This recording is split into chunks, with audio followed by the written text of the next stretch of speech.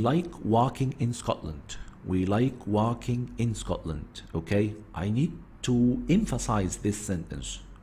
Okay, Yara, would you start please? I'm here يا بنتي. What we like is walking in Scotland. One thing we like is walking in Scotland. Scotland is where we like walking. It is Scotland where we like walking. Walking in Scotland is something we like. There's nothing we like more than walking in Scotland by mistake. Okay, walking in Scotland. Perfect. Okay, so I can use it يا شباب this way in article writing. Using chemicals in food production. It is the harmful side effects of using chemicals in food production that we all should campaign against. Look at this one. This is another way of starting a sentence. Okay, somebody else write it this way يا أدهم. Wait a minute. We should all campaign against using or against what the side effects of using chemicals in food production. Okay, somebody can start it this way. Somebody can change. Somebody can vary his structure, which is perfect. Remember this. This can be used in summary, not even article. Not only article, okay, but it can be used in summary as well. Then let's go to 36. And 36 we have got يا شباب conditional sentences, and I think you are all aware of the conditional sentences. I have got no problem with that. Sure, you are all aware of the conditional sentences, but let us just revise very quickly. We have got zero conditional. If, subject, simple past, subject, simple past. Okay, when do we use zero conditional? To state scientific facts. Okay, remember this, underline it please يا عمر. To state scientific facts, give instructions, suggestions. I'll go for this. If you need heat, if you heat water, it boils. If you heat water, it boils. Okay, so present simple, present simple. If you see a shark in the sea, swim away from it. So you can see here, present simple, swim, imperative form, but it is in the present simple. Okay, it is in the present simple. B type 1. If, subject, simple past, subject, simple future models. Let us go for this one. When do we use it? To state an outcome for present, future, if a condition is fulfilled. If you work hard, you will pass the exam. That's easy. That's conditional number 1. Then let us go to C, part C, type 2. Type 2. If, subject, simple past, subject, would, could, okay, plus base form. To state something improbable or hypothetical. Something hypothetical. Something is not true in the present. Something is not true in the present. Is not probable in the present. حاجة مستحيلة in the present.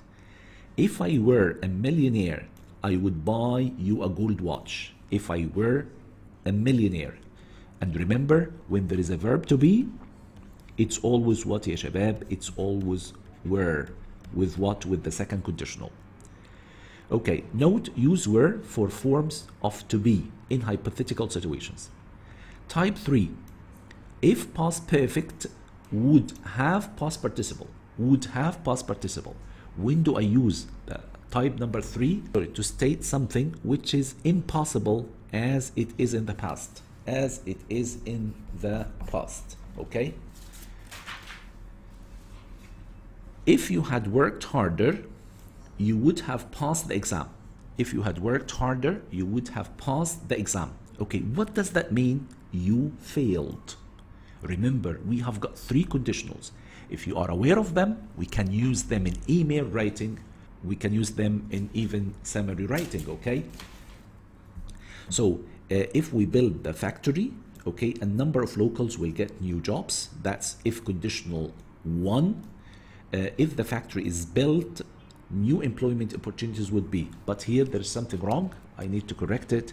Here we have opportunities or new employment opportunities would be created. That's what يا شباب second conditional. That's what second conditional. Okay, فif it is a second conditional يبقى here it has to be what يا شباب? It has to be where, so it's by mistake, so please correct it. Let us now go to يا شباب using short sentences, and remember this well. Using short sentences, and I wrote here register informal. When we write an email writing يا شباب, short sentences can be used in a narrative to make something seem tense and full of drama. Believe it or not. يا أدهم, you might ask, teacher, but sometimes I write a very short sentence and you say, teacher, Adham, this is very short. You should like what? Lengthen your sentence in a way or another. لازم تطول الجملة in a way or another. Sometimes it doesn't have to be the whole email that way, you understand? But sometimes in order to create drama, you have to use some short sentences, okay? Particularly if it is narrative. This sets the scene and creates the tension which will be anticipated in the unfolding narrative, what might happen later. Example here, Ya Omar, there was a thumping knock on the door. That's one sentence. I checked the time. It was 3 in the morning. A shiver ran down my spine. Okay, teacher, can't we join? Of course you can join, but again, that creates a lot of drama. That creates a lot of drama, so keep it, particularly if you are writing narrative, okay? So you can use it, ya Basant, ya Rahaf, that way. Then let's go to number 38. Number 38, we'll stop at 40. Defining relative clauses. Defining relative clauses, and that could be used informal and informal as well. What is a relative clause? A relative clause that is important to the meaning of the sentence is called defining relative clause. But the relative clause starts with which, where, when, why, who. If it is important to the sentence, we call it what? Defining relative clause.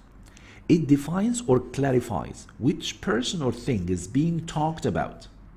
To make the sentence informal, remove the relative pronoun as in the following example. يعني إيه mister? This is the house where they live. That's formal and even informal, by the way. But it could be more informal if he said, this is the house they live, without what? Without where. That's quite informal. But again, this one is acceptable in email writing. This is, ya shabab, here, starting from here till here, we call it what, ya shabab? We call it defining relative clause. The man who I saved from drowning gave me $100 bill. I was literally flying in the air. Can you see the expression here? I was literally flying in the air. Okay, and don't forget the dash here, ya Adham, ya Omar, dash between two complete sentences. So here, teacher, can I go for the man I saved from drowning gave me? Yes, you still can do this. But where is the relative clause? All of this is a relative clause, and it is quite important to the sentence. Okay, طيب. In some parts of the summary writing, of the article writing, of the email writing, Adham, we need to use what? Defining relative clause.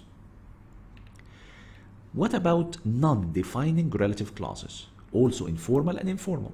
And as the name might suggest, non-defining. So it means what? That clause is not important in the sentence. That clause, the sentence can go without. طيب.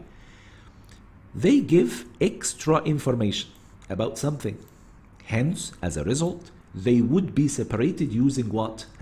Commas or even what? Dashes. Commas or even what? Dashes.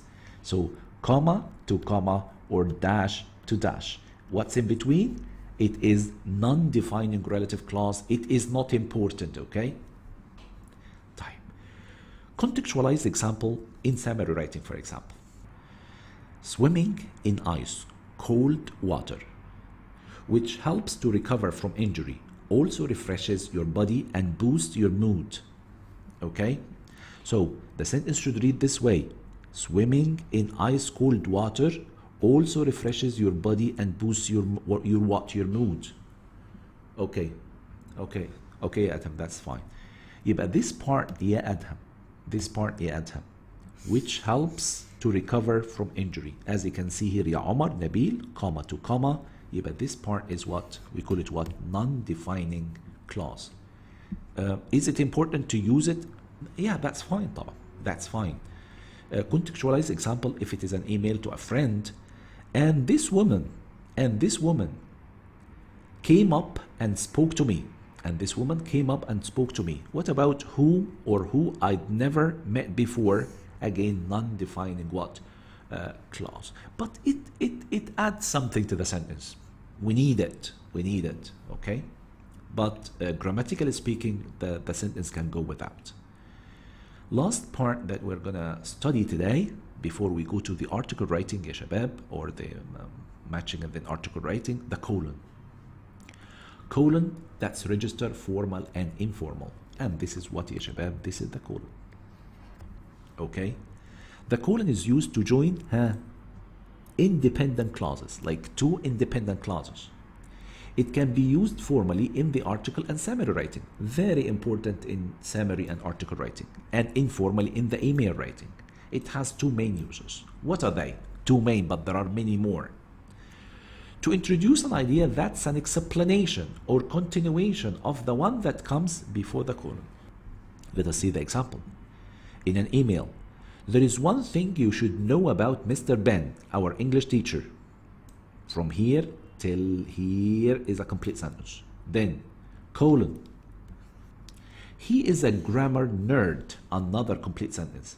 But that sentence is an explanation to the previous one. That's the first use of what, يا شباب, of the colon. If the initial clause cannot stand alone and make complete sentence, you should not use a colon. What does that mean?